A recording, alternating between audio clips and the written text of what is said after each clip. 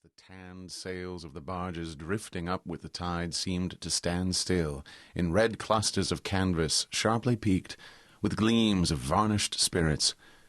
A haze rested on the low shores that ran out to sea in vanishing flatness. The air was dark above Gravesend, and farther back still seemed condensed into a mournful gloom, brooding motionless over the biggest and the greatest town on earth. The director of companies was our captain and our host. We four affectionately watched his back as he stood in the bows looking to seaward. On the whole river there was nothing that looked half so nautical. He resembled a pilot, which to a seaman is trustworthiness personified. It was difficult to realize his work was not out there in the luminous estuary, but behind him, within the brooding gloom. Between us there was, as I have already said somewhere, the bond of the sea.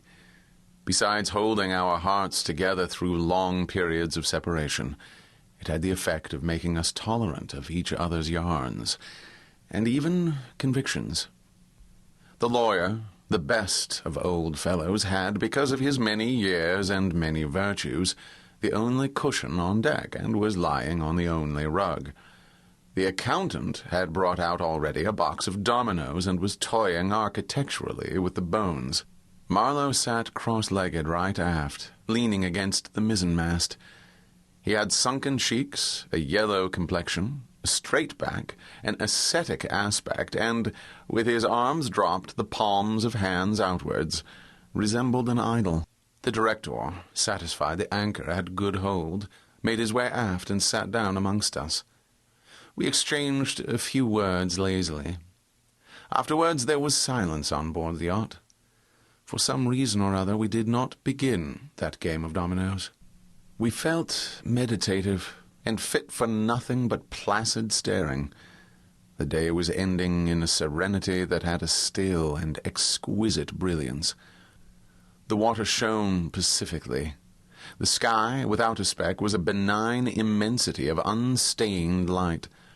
The very mist on the Essex marshes was like a gauzy and radiant fabric, hung from the wooded rises inland, and draping the low shores in diaphanous folds. Only the gloom to the west, brooding over the upper reaches, became more sombre every minute, as if angered by the approach of the sun.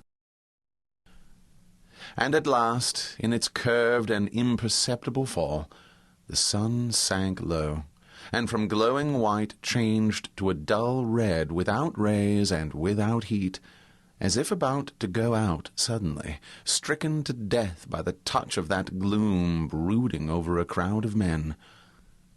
Forthwith, a change came over the waters, and the serenity became less brilliant but more profound. The old river in its broad reach rested unruffled at the decline of day, after ages of good service done to the race that peopled its banks, spread out in the tranquil dignity of a waterway leading to the uttermost ends of the earth. We looked at the venerable stream not in the vivid flush of a short day that comes and departs forever, but in the pacific yet august light of abiding memories. And indeed, nothing is easier for a man who has, as the phrase goes, followed the sea with reverence and affection, than to evoke the great spirit of the past upon the lower reaches of the Thames. The tidal current runs to and fro in its unceasing service, crowded with memories of men and ships it had borne to the rest of home or to the battles of the sea. It had known and served all the men of whom the nation is proud, from Sir Francis Drake to Sir John Franklin, knights all, titled and untitled, the great knights-errant of the sea. It had borne all the ships whose names are like jewels flashing in the night of time, from the Golden Hind returning with her round flanks full of treasure, to be visited by the Queen's Highness and thus pass out of the gigantic tale, to the Erebus and Terror, bound on other conquests, and that never returned. It had known the ships and the men. They had sailed from Deptford, from Greenwich, from Erith, the adventurers and the settlers, kings' ships and the ships of men on change, captains, admirals, the dark interlopers of the Eastern trade, and the commissioned generals of East India fleets. Hunters for gold or pursuers of fame, they all had gone out on that stream, bearing the sword, and often the torch, messengers of the might within the land, bearers of a spark from the sacred fire. What greatness had not floated on the ebb of that river into the mystery of an unknown earth? The dreams of men, the seed of commonwealths, the germs of empires. The sun set. The dusk fell on the stream, and lights began to appear along the shore. The Chapman lighthouse, a three-legged thing erect on a mud-flat, shone strongly. Lights of ships moved in the fairway, a great stir of lights going up and going down. And farther west on the upper reaches, the place of the monstrous town was still marked ominously on the sky. A brooding gloom in sunshine, a lurid glare under the stars. "And this also," said Marlow suddenly, "has been one of the dark places of the earth." He was the only man of us who still followed the sea. The worst that could be said of him was that he did not represent his class. He was a seaman, but he was a wanderer too, while most seamen lead, if one may so express it, a sedentary life. Their minds are of the stay-at-home order, and their home is always with them, the ship. And so is their country, the sea. One ship is very much like another, and the sea is always the same.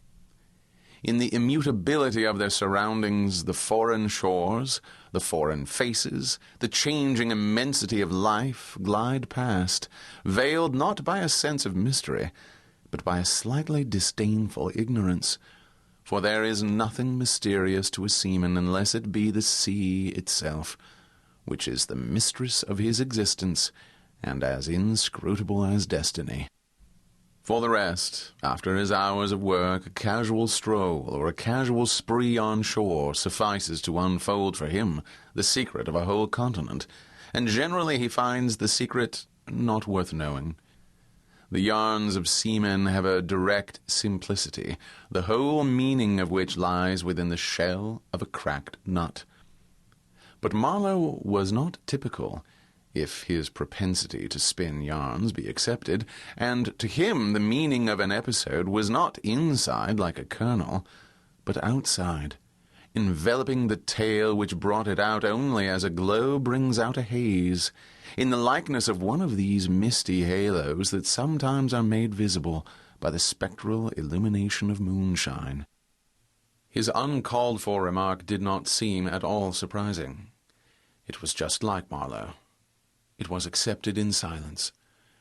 No one took the trouble to grunt, even, and presently he said, very slow, "I was thinking of very old times, when the Romans first came here 1900 years ago, the other day. Light came out of this river since... You say nights? Yes, but it is like a running blaze on a plain, like a flash of lightning in the clouds. We live in the flicker. May it last as long as the old earth keeps rolling. But darkness was here yesterday." Imagine the feelings of a commander of a fine... What do you call them? Trireme in the Mediterranean, ordered suddenly to the north, run overland across the Gauls in a hurry, put in charge of one of these craft, the legionaries. A wonderful lot of handy men they must have been, too. Used to build, apparently by the hundred, in a month or two, if we may believe what we read. Imagine him here, the very end of the world, a sea the color of lead, a sky the color of smoke, a kind of ship about as rigid as a concertina, and going up this river with stores or orders or what you like. Sandbanks, marshes, forests, savages, precious little to eat fit for a civilized man, nothing but Thames water to drink. No Falernian wine here.